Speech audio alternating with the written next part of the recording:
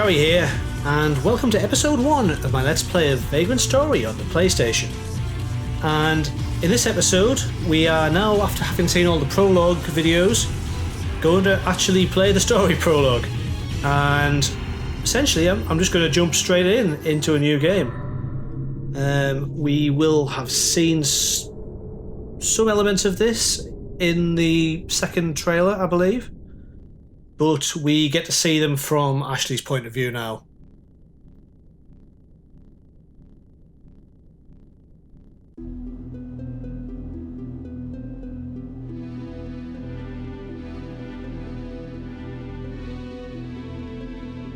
We are back at a lovely fire-filled evening in the Graylands at Duke Bardorba's manor.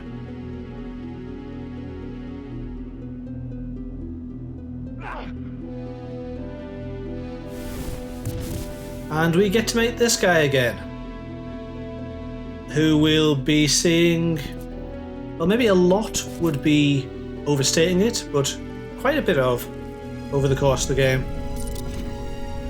Lovely chap with his rapier.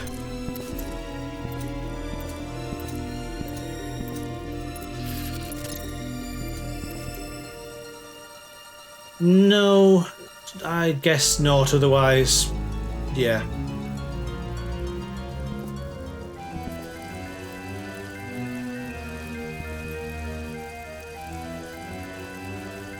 Yeah, that's probably a good idea.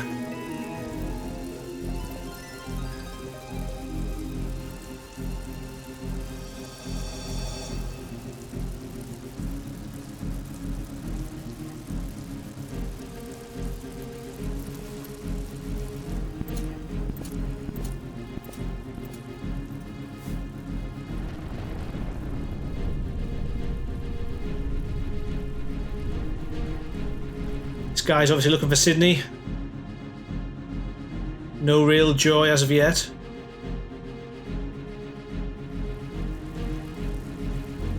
And more importantly, here come the reinforcement. Damn it, that badass intro there. So he storms in the castle door, or the manor door.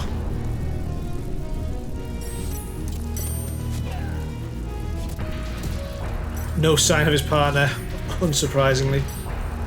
She's just like, yeah, screw that. Also, no one else is going to get in. Because reasons. Man has to act alone.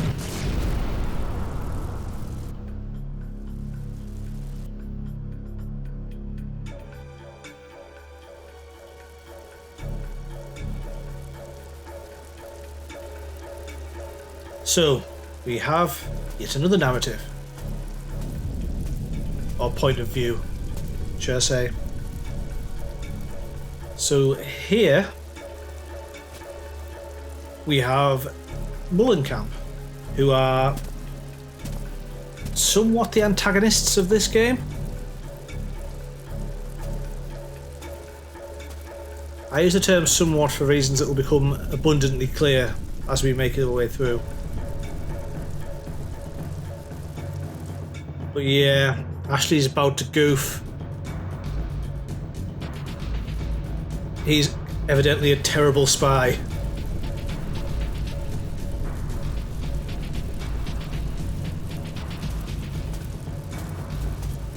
Ugh, it's horrible and wet out here today. We've no time! Let's finish this before the blades arrive. Right, let's do it quick and get out of here. Cool, well, they're obviously going away. Ah, crap. Who goes there? Yeah, that'll be me. So, you leave me no choice but to draw my sword. Here we go indeed, Ashley. So, here we have our first sort of demo fight. And what you do, I've just paused there, you press the circle button on the controller, and it brings up this battle square, or battle sphere, should I say. which gives you, like, based on which weapon you've got equipped, you get an area of attack, and you can kind of pause time, have a bit of a look around, decide, somewhat like VATS in Fallout, where you want to hit. So you've got your attack values, attack percentages, and the other bits at the bottom we'll go into a bit more later on.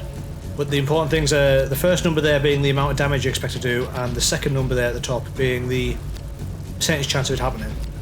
So there's also some nice little things which I'm gonna aim for this guy's head first.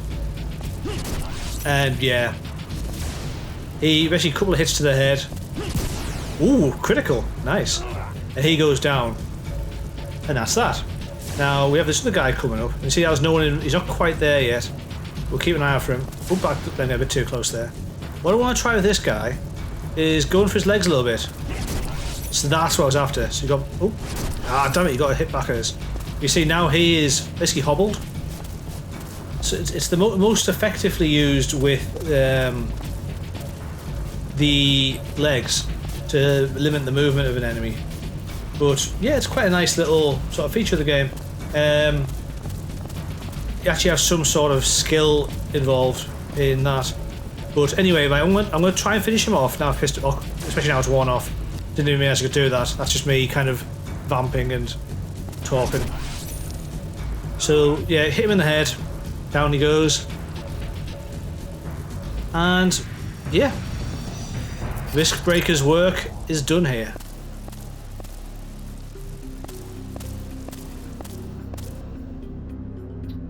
So, with the stooges out of the way, Ashley makes his way inside the manor.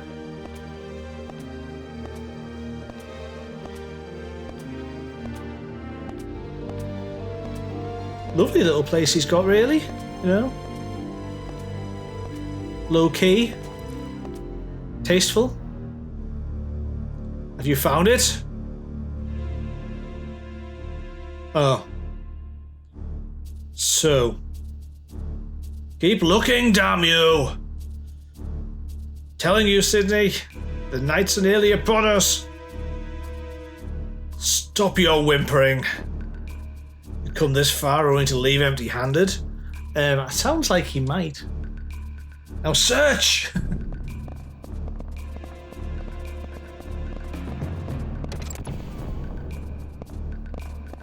So, more stooges. But they're no match for Stealth Man. See, now he's learned how to be sneaky. Don't kick boxes off things.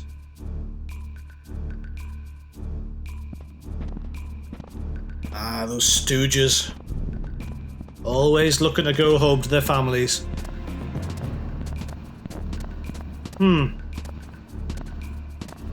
Well, who else would have it? Whatever it might be.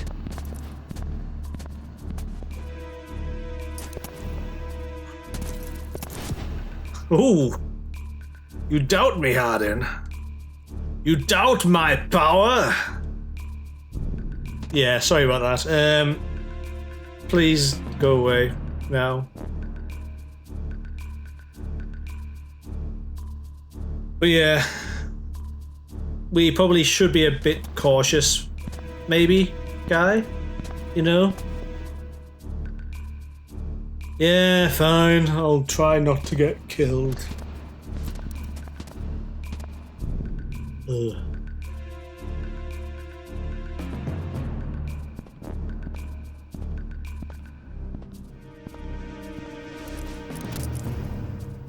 Just as I was about to pick up my sword.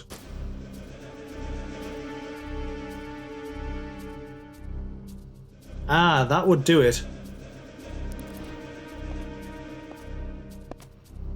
Quite a good aim or steadiness for that looking quite so heavy as it is.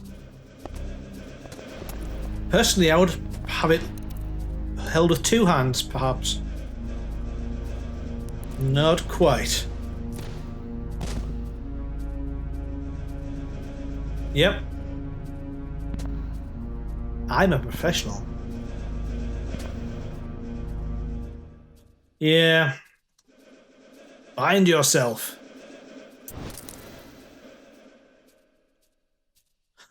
No chance.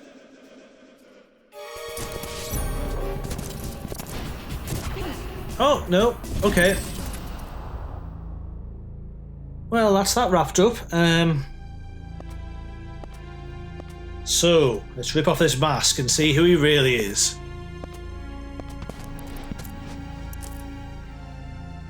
Or just check his pulse.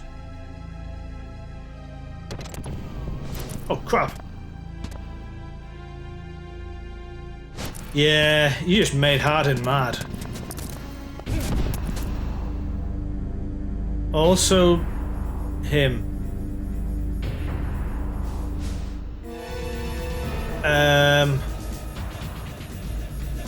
Well, Leá Monde.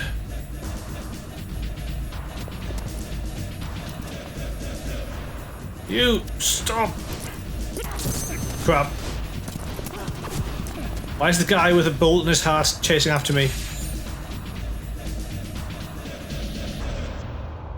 Indeed, that was the gist that I got as well. Yeah, stupid fairy tale nonsense.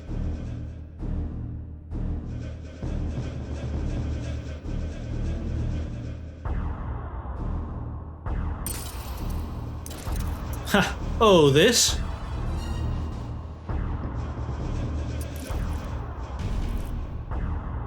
Tis but a scratch! I don't know, he doesn't really sell it as being... Well... Yes. Tis but a scratch. Okay, I was going to say he sold it more than... There's more than that, but... Yeah. Magic and voodoo.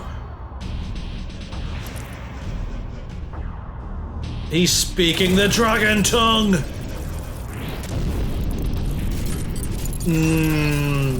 That's not looking entirely great. Yeah, you hide behind your dragon, or your wyvern, as the case may be. Now, if it's not abundantly clear from the way it came down and was covered in stuff, we have something of a chance here. Oh, you will be sorry.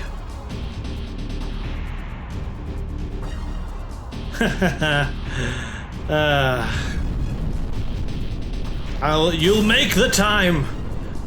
But yeah, it's clearly covered in bolts and God knows what, which makes it slightly less of a formidable foe than it might be if it wasn't nearly dead. But yeah, unfortunately we are though left to finish it off. Now what I'm going to do is I'm just going to try and be as pragmatic as possible and get this done and out the way, because there's not much to this fight. You have to kind of run for it, get in close, do a good, see, you can, especially the bit you want to the neck, just get in there and do, I think it has about 80, I think about 85 HP. So, got about 70-ish there, and get one more attack in on the neck. That should be any amount to finish it off. Phew. I realised I'll stop trying to actually attack it there.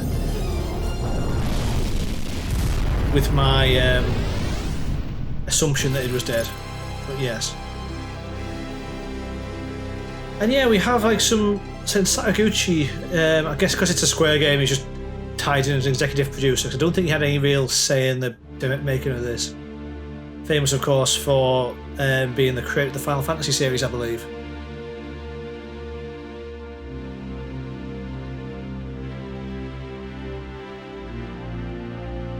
But yeah. So Ashley has discovered the land that lays beyond, so to speak. And this is something which I only really found out while doing a bit of proper research for this, is that this isn't the same place as the rest of the game. I always assumed that the manor was just part of the setting of the game.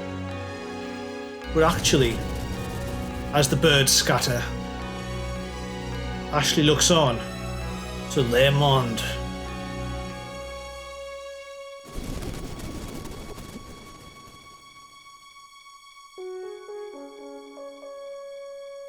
as the lens flare hits.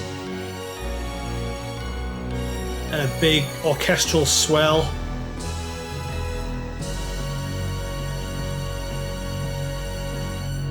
And now you know the game's ready to go. With interestingly another font, another logo, which I don't think you see anywhere else in the game. But yes, the body is but a vessel for the soul, a puppet which bends to the soul's tyranny. And lo, the body is not eternal, for it must feed on the flesh of others, lest it return to the dust whence it came. Therefore must the soul deceive, despise, and murder men. A.J. Durai. And A.J. Durai is an author in the context of this, and these story, like I think there's a couple of quotes of his, or from his works, which like basically build up the backstory, so to speak, of this, which I'll go into in more detail in some of the supporting videos. But yes, they were, yeah, Knights of the Cross, led by Guildenstern, and that's the guy who we met at the start of this, who was in the middle of stabbing someone with his rapier. So the secondary residence, 538. Crimson Blades in direct service to the Cardinal. So yeah, he's just basically, he's seen them leaving and is chasing after them now. Well, this is bad, says the Duke. Ah. He then tells them to set fire to the whole place after they've left.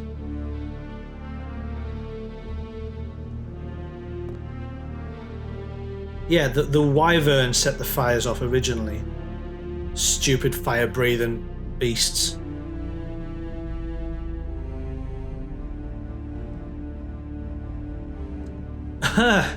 Well, ain't he a piece of work? Damn right, Lightning. Damn right. What of Parliament? What of Parliament? Oh no, yeah, that's right. The Risk Breakers. Yeah. That's me.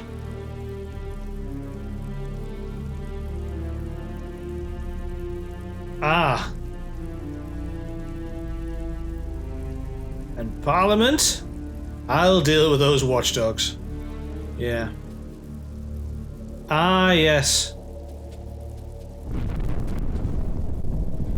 I love this of lighting and lightning effects for these times. Yeah, we need to try and keep on top of him. As you wish, I will not murder him where he stands.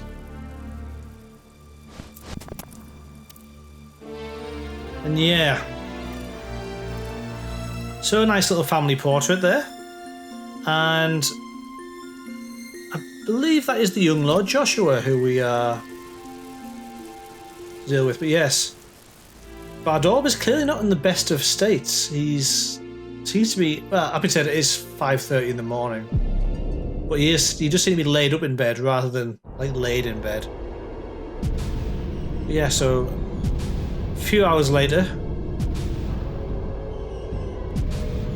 Welcome to the murder cabin. Yeah.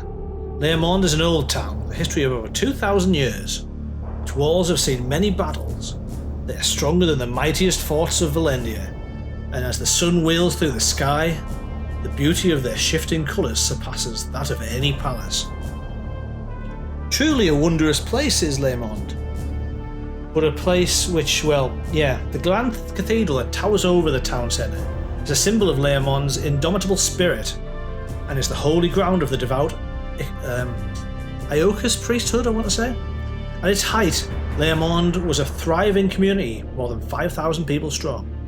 25 years ago, a great earthquake brought that chapter in Leá Monde's history to a close. But Leá Monde, boom boom. So, it's essentially a sea-locked city on several sides. It's part of the reason why it's been kind of isolated. How it's come to just become a bit of a dead city. But yeah, those two sentinels, yeah. They were in the murder cabin. Yeah.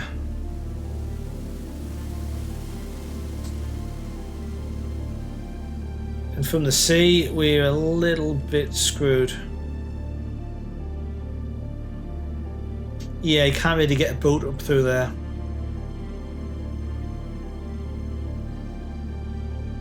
Alright. Joy unbounded. Yeah. I imagine they found a way in.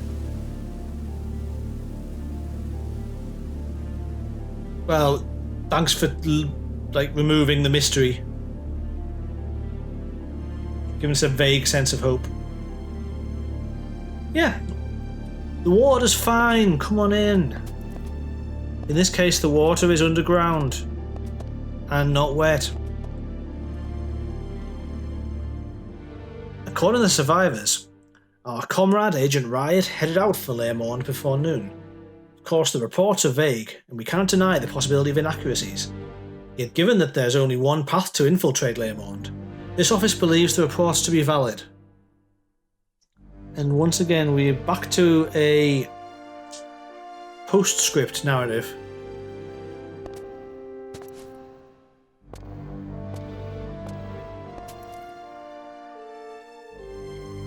Which puts into question a little bit where this story kind of comes from. Who's telling this story? That's a good question though. Ah, well that makes sense.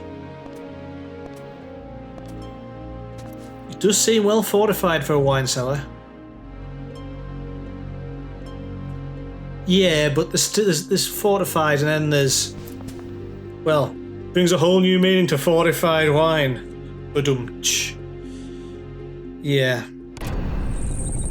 That's a good point though, yeah, there's a market, I guess. Yep, I'll be on my way. An agent with no combat experience would just be a liability. You stay out here. And try not to get killed. Oh yeah, info me, go. Sidney Lostero, leader of the religious cult Mollenkamp. His real name and age are unknown. One of many self-styled prophets of the apocalypse. Ah, the more things change, eh? So why would a cult missionary commit such a crime? Right.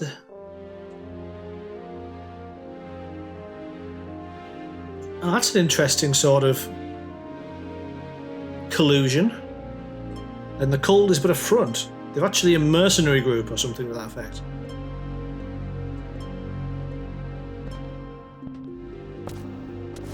Or merely another of the Cardinal's witch hunts? That's not unreasonable. Ah.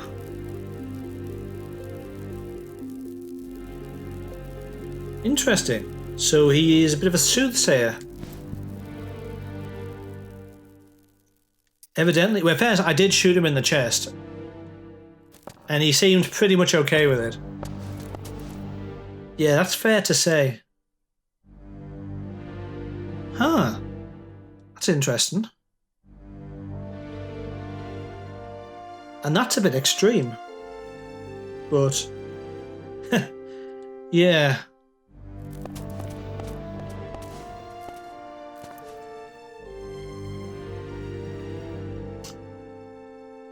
Guess you'll have to. Godspeed, Agent Riot. I almost forgot his name then.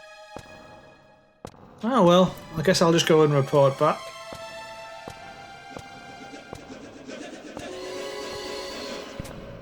Oh, nuts. We sent men to monitor the abandoned mineshaft that leads to Leá Monde. All were found dead. At the entrance, other bodies were found. 2 knights of the Cardinal's Crimson Blades, as we saw there before. Now our men were murdered with swords, but the knight's wounds show they died by their own hands. Oosh. At present, we have taken the bodies into our custody, and our specialists are continuing the examination. An excerpt from the Graylands Incident Investigation Report, section 3.14. Interesting to read the whole thing of that, really. I think we only get the sort of clips that we are in cutscenes, essentially. Delicious wine and horrible, horrible earthquakes.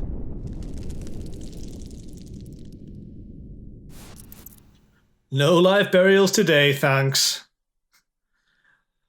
Yeah. I wouldn't even qualify that with today, personally. But yeah, very strange.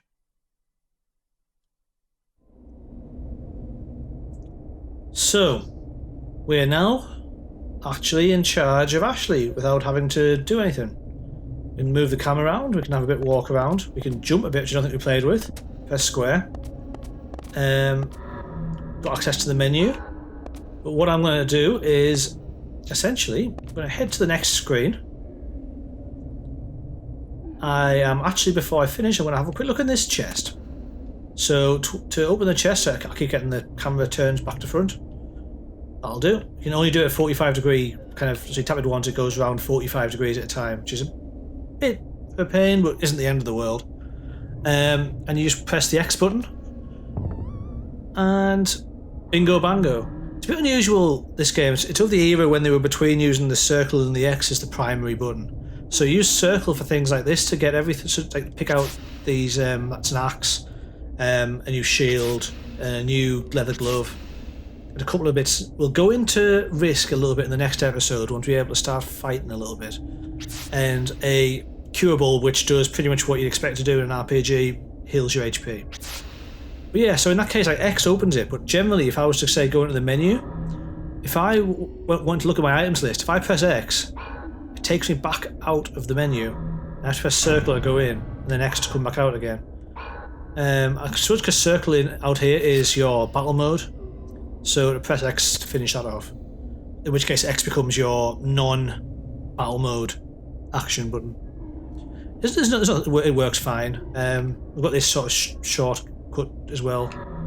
But if you pull down L2, it'll bring up the menu. But we'll go into that a bit more in the next episode, or as and when it becomes pertinent. Because as you can see, we've only got one of the options of the 8 available to us at the moment. But I'm going to go down here, and this is our little save sphere, or, well, circle, should I say, because it's two-dimensional. So we just go into data, save, and I'm just going to override my test run save here. And yeah, interesting, well, there must have been a lot going on for this back at the time, because you can only fit 5 save slots on a memory card. So they take 3 slots each, which I suppose given the amount of items and different configurations, it's kind of a little bit evident from there. You can also clear the game and save like progressive data as you keep going through the game. That obviously takes up quite a bit of space, but anyway, we will head forward through the wine cellar as we into the next episode. So until then, thank you very much for watching. Take care of yourself and have a good day. Goodbye.